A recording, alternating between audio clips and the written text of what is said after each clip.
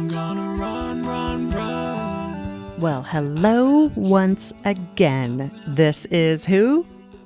That's right, Bad Couch Guru Lynn Lindberg, and today I'm going to talk about how you need to be the leader of inviting your friends to do things with you that include exercise. A lot of times when I started exercising again, I had it in my head that I wanted to set up the perfect exercise routine. And I knew that a big part of it for me is meeting people and exercising with people. Because for me, that's for a lot of us, it's highly, highly motivating. And we're less likely to bail or not do it if we have somebody we're meeting. So I had it in my mind that I would get my Monday friend, and on every Monday we would go swimming, and my Tuesday friend, and on every Tuesday we would go for a walk, and my Wednesday friend, you see where this is going, right? The problem is all of us have so much going on in our lives and so much craziness that those kind of plans, albeit they're great on paper, because they're easy to understand and we want to do that. And if you can get there in your life, awesome. That's great. But for most of us, it's not a reality. And for me, it wasn't a reality. And so I would get my walking buddy and I would think, oh, I'm going to walk with this friend of mine every single week. And it'll be tra-la-la, so fabulous, roses and rainbows. And then when it came the day to walk, my kid would get sick and I would have to bail. And then the next week, my friend would have a business meeting and she would have to bail. And then after 3 or 4 weeks, I would start wondering, is this relationship of exercise a failure?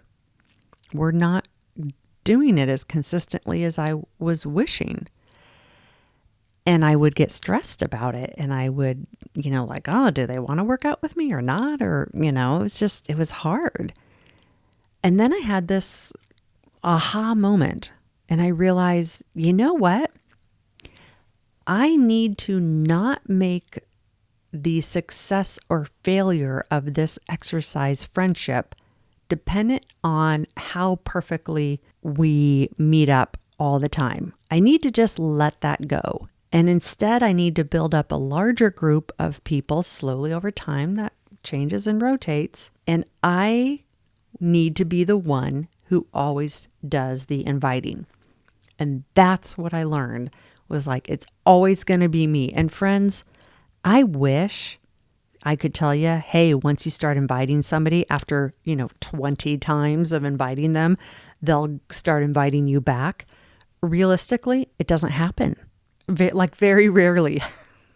I have friends I've walked with, they love meeting with me, and it's been me doing the inviting every time for years. And so you got to let that go. You got to let that perfect consistency go, and you got to know life just happens. And you also just accept the fact right now that it's you that has to lead, that you're the one that's going to have to do the inviting. You're the one that's going to have to dust off those relationships, and you're the one that's going to have to make it not weird. Don't be weird about it. Oh, I haven't seen you in forever. It's just no, just pick up where you were and keep going. And you're the one that's going to have to not be weird about it. Hey, I've invited you 10 times and you've never invited me back. Why do I have to do all the inviting? Just let it go now. Because I've been there. Doesn't go well. People want to exercise. People want to be invited in the way that you want to be invited. And now, I'm not saying go stalk your friends.